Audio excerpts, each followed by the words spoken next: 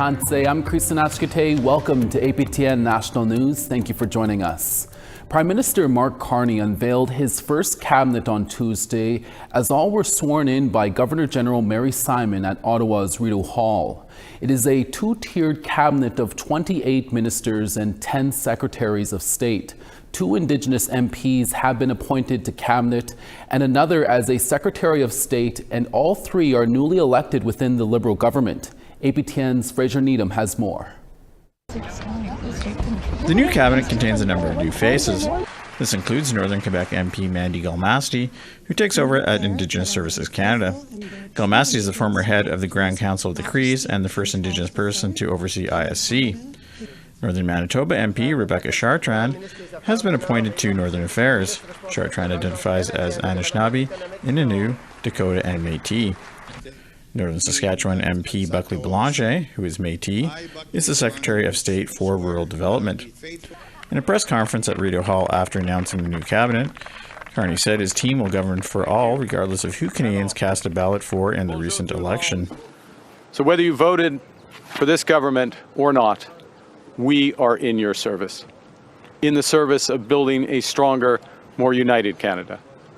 We will build and we will govern for all Canadians. Build big, build bold, build now. In another press conference on Parliament Hill, Conservative leader Pierre Poilievre said the new Prime Minister may be trying to project an image of change, but his cabinet contains many faces who served with former Prime Minister Justin Trudeau, including new Justice Minister Sean Fraser. Sean Fraser was the immigration minister who caused the immigration crisis, the housing minister who gave us the housing crisis, and now he's the minister responsible for addressing the Liberal crime crisis. It seems like he is the master at failing upward. Northwest Territories MP Rebecca Alty is the new Minister of Crown Indigenous Relations.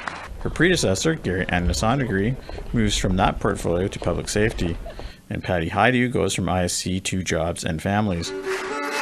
Fraser Needham, APTN National News, Ottawa. The Yukon RCMP is appealing to the public for information in a historical investigation surrounding the death of a Kaska woman. 26-year-old Tutsi Jimmy Charlie was last seen on March 20th in 1967. She was 5'5" and weighed 120 pounds. Jimmy Charlie was last seen wearing a green sweater, black pants, and rubber boots. Her body was found 2 months later on May 17th at the White Horse Landfill. At the time, the landfill was located off of Range Road overlooking McIntyre Creek. A red and black plaid jacket and pale purple sweater were located near where she was found. The RCMP apologized to Jimmy Charlie's family in 2022 for not conducting a thorough investigation into her death. Anyone with information about this incident can contact the Yukon RCMP's Historical Case Unit at 867-667-5555. To Winnipeg now, where members of the Indigenous community gathered to draw attention to missing and murdered Indigenous women and boys on Tuesday. They are calling on Indigenous leaders and government alike to get a nationally recognized day dedicated to men and boys. Here's APTN's TR Wheatley with more. With the Warriors Call and song echoing, over 100 people walked through downtown Winnipeg, carrying signs with pictures of men and boys gone missing or murdered. The support, you can feel that love, the support, the unity, the solidarity today. Corrine Chief organized the event meant to recognize how men and boys are also taken by violence at alarming rates. In 2021, she lost her brother, Felix Bernard Chief. I call him Bernard, but his life was taken at the age of 28 years old here in Winnipeg on Burroughs and Aikens by our own people, unfortunately. According to Statistics Canada, Indigenous men and boys are 7 times more likely to be murdered than any other race, and at a rate 3 times higher than Indigenous women and girls, many at the hands of other Indigenous men, like Corrine's brother was. She says more needs to be done to deal with the intergenerational trauma Indigenous families are facing. No, the band-aiding, the child welfare system, poverty, because why would our men and our boys viciously do this to somebody else? And I seen that, going through this process with my brother for the past 4 years, is that something happened to these individuals, why they acted out so viciously. And I know I want to come to, forgiveness and to understand them too and to talk with them. Something this family also agrees with. In 2024, they lost 2 men to violence. 34-year-old Preston Menard was killed in a double homicide in Dauphin, Manitoba last June. The month before, on May 14, 23-year-old Leo Caribou Jr. was murdered in Winnipeg. Rachel Woolen is Leo's aunt. I watch my sisters, I watch my nieces and nephews still going through this, and many, many other families every day. So far in 2025 in Winnipeg, there have been 13 homicides. Of the 13, 8 are First Nations men. The most homicides in Manitoba, 8 men are from First Nations. So it really needs to be talked about. A lot of work has to be done. I mean, I've heard announcements about, so much funds for our women. But in order to be a whole family and be united, we need to also put some money into our men. A conversation that Chief and many others here want to start.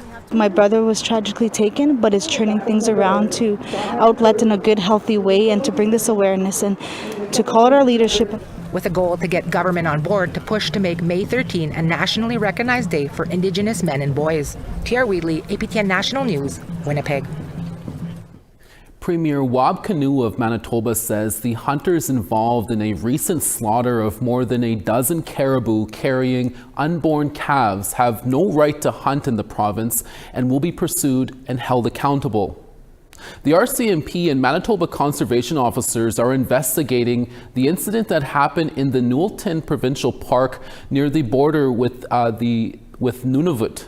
The owner of 2 hunting lodges in the park was checking his property from the air in mid-April. He was able to see several people who had broken into his lodges.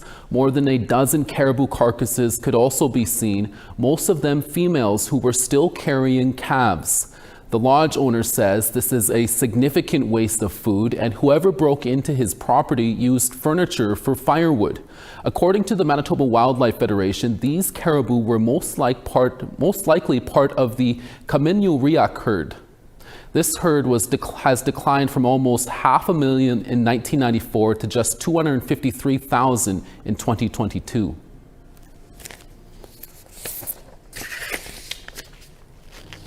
Resource it is. It's a shared resource with all Manitobans, and there's some hard discussions that need to take place. We need leadership, so we need government to be leaders, we need community leaders, we need licensed hunters, we need to all be at the table, lodge and outfitters. Everybody's going to be at the table, and we have to all recognize that this cannot continue to happen if we want to have caribou, moose, and other wildlife that we all cherish. So we just got to do better as a society.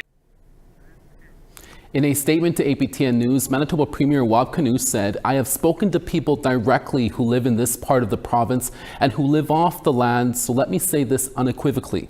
Anybody who participated in this has no respect for animals, has no right to be able to hunt in this province, and will be pursued and held accountable to the fullest extent of the law." The RCMP is investigating the break and enter of the cabins. Manitoba conservation officers are also looking for the hunters who did this. The MWF says at this time they are unsure where the hunters are from, but they believe they traveled by snowmobile and say the nearest settlement to the lodges is about 120 kilometers away. Local residents of the municipality of Dresden in Ontario and the Walpole Island First Nation gathered in Ontario's Queen's Park this week to protest against a dump in Dresden. CTV Windsor's Travis Fortnum reports. The fight to keep a controversial landfill project from moving forward near Dresden was back at Queen's Park Tuesday with a group from the area pressing their case in person. Our community of Dresden and surrounding areas is absolutely outraged and betrayed by the Ford governments. Representatives from activist coalition Dresden Cared and Walpole Island First Nation opposing plans to revive and massively expand a decades-old tile yard and ash dump they say is too close to town, farmland, and the federally protected Sydenham River. They thought their concerns were quelled during last year's Lambton-Kent-Middlesex by-election when the PC government promised a full environmental assessment of the project, but that could soon be scrapped under Bill 5, the Unleashing Our Economy Act. Things have changed. Premier Doug Ford says the province can't keep relying on the U.S. to take its trash. 40% of all the garbage goes down to the U.S. It takes one phone call from President Trump to say, cut us off, and then what do? Let's be clear. This bill undermines environmental protections. Chief Leila Thomas says Walpole Island First Nation has not been consulted despite the site being on traditional territory. It actively excludes First Nations from oversight and decision-making process that affect our lands, our waters, and our livelihoods. It's a violation of our constitutional rights. Oh my goodness. Are you talking about the Dresden Landfill? Look, give me a break here. This government will always promise anything and everything during an election, and then they turn around and break their promise. Ontario NDP leader Marit Stiles says the PCs broke a promise to the people of Dresden, but she isn't sure a Liberal request for an integrity commissioner investigation into donations linked to the company behind the project will go anywhere. I don't even know who these guys are, to be honest with you. I don't look at who owns it, who doesn't. What I look at is the capacity issue that we're facing. Those fighting the project say the Premier's denial doesn't cut it. If the Premier thinks that ignorance is a defense, no, he's the wrong person to be leading our province. Travis Fortnum, CTV News. We're always looking for your feedback or story ideas. Here's how you can continue the conversation with us. If you have a story you want to share, send us an email to news@aptn.ca. To read and watch our stories, you can go to www.aptnnews.ca. You can also find us online on your favorite social media sites, including TikTok, YouTube, LinkedIn, and X. Follow APTN News to join the conversation and see our latest stories. We have more stories after the break. Stay with us.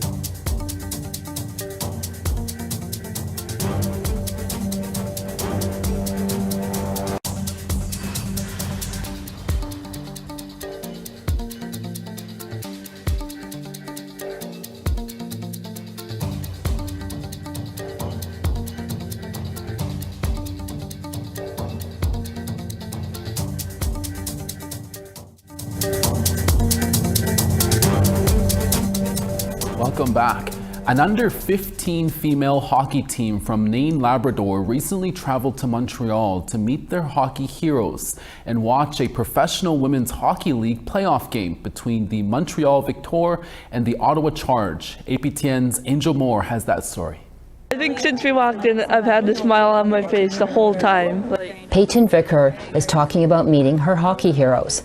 They play for the Montreal Victoire of the Professional Women's Hockey League team practice. I think it's pretty cool that they got this going, because I always used to just watch NHL, so it's just all men playing, but now to be able to see a woman play professionally is pretty cool. Vicker is a right winger for Team Nain Miut, an under-15 girls hockey team. She and 8 of her teammates, who are between 11 and 15 years old, traveled from their community, Nain, Labrador, to Montreal for a 6-day excursion. The PWHL hopes it inspires the youth to play professional hockey. Tessa Dicker is 11 years old and is a forward on Team Nain Miut. That it's a big city and there's and it's a huge rink. There's millions of chairs that I've never seen before. Nain is the most northern settlement in Labrador with over 2,000 people and is over 1,400 kilometers from Montreal. Julie Dicker is the youth chaperone and says the travel was worth it. Well, their faces were in astonishment, like, holy, that's how they go, holy. When they meet the players, they met a few players last night at the restaurant across from the hotel. Claire DeGeorge is a forward for the Montreal Victoire. She says she did not have many female role models in hockey. Mostly just watching boys hockey. I'm from Anchorage, Alaska, so we didn't have very many professional women playing. So being out here and being that role model for these girls is something special. Saroya Tinker is the manager of community engagement at the PWHL. If we're not being inclusive, we wouldn't have a fan base. So to be able to have that outreach and reach into the community and make sure we have that community engagement is imperative for us moving forward. And we've been able to build it from the ground up, which is the most amazing part. And that involves finding communities such as Nain and bringing them into the game.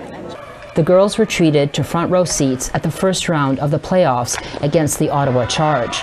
Vicker says the trip has inspired her to become a professional hockey player. You really want to, you can do whatever, if you work hard enough and you want something, just go for it, and who knows, you might end up here one day. Angel Moore, APTN National News, Jabuktuk, also known as Halifax.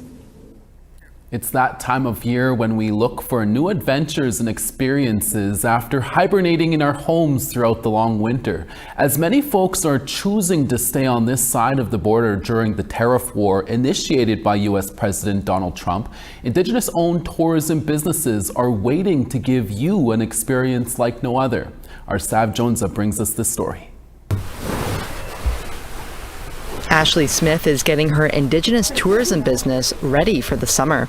It's an off-grid yet totally glamorous 4-season camping destination in Riding Mountain National Park. We built it to feel like a teepee where you're really low to the ground with lots of windows and lots of cool air, and you hear the sound of nature, but you're safe from the elements as well. Turtle Village is comprised of 8 year-round micro cabins or turtle shells, along with ice fishing huts for winter, thanks to a crystal clear lake a short walk away.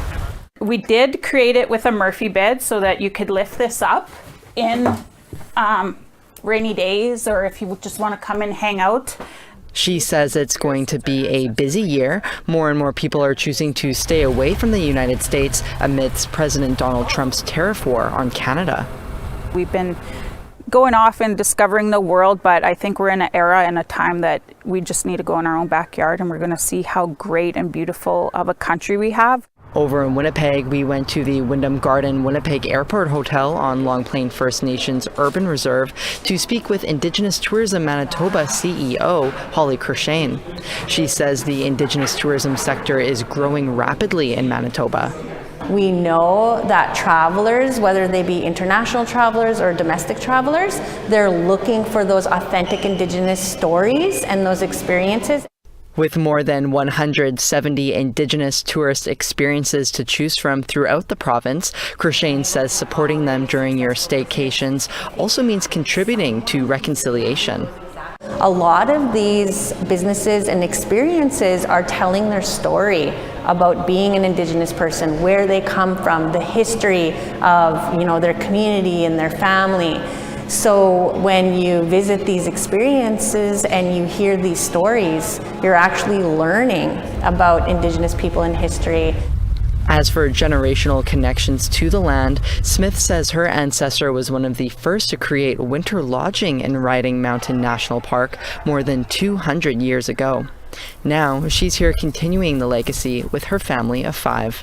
If you're thinking about doing Indigenous tourism as an Indigenous person, it's actually very suiting to who we are as people, because you can bring your family, you can set your own hours, you can develop it and structure it however you want. To find more Indigenous tourism businesses to support, check out indigenoustourisammanitoba.ca. Sav Jones, APTN National News, Winnipeg. Great story, Sav. We now want to tell you about this week's second web poll question. Over on our website, we ask, should all universities in Canada provide free tuition for Treaty Peoples? Your answers are yes, no, or unsure. Go to our website at www.aptnnews.ca/polls to have your say. Students at the Pipot First Nation in Saskatchewan are learning about their culture in a unique way. That story when we come back. Stay with us.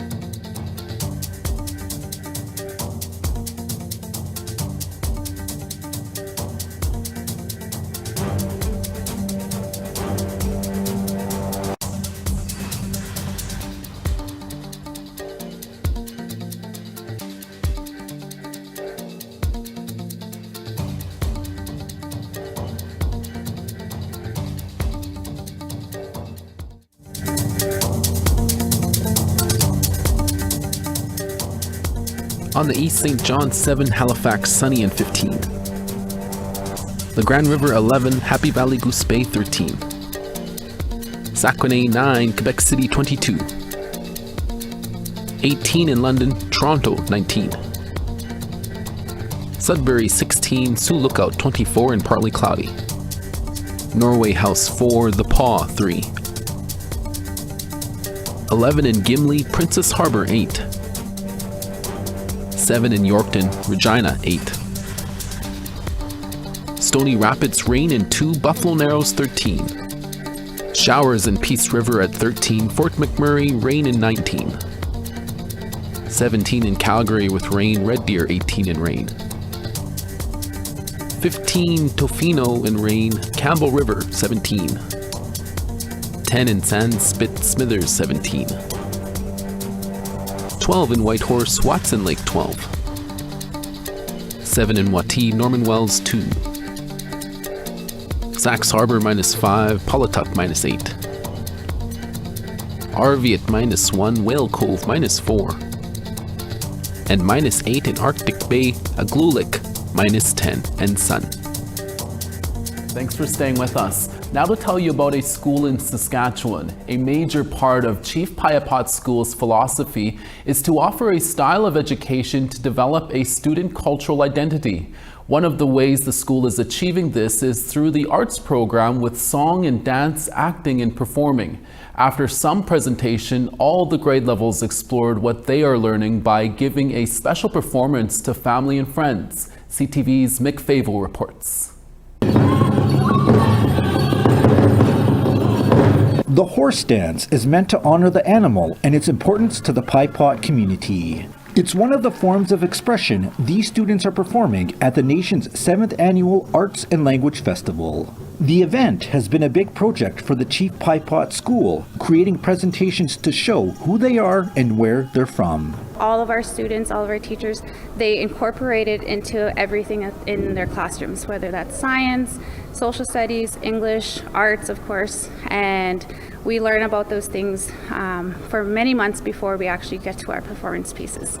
This year, the horse was honored alongside the dog. Members of the Pipot community came to the school to share stories about both animals and where they fit into the nation's history. Students then used the information to form new ideas, and with a little help, brought their ideas to life for the stage. A lot of our teachings here, in terms of theater, in terms of storytelling, we just tell them to have a normal conversation with one another because they're comfortable that way.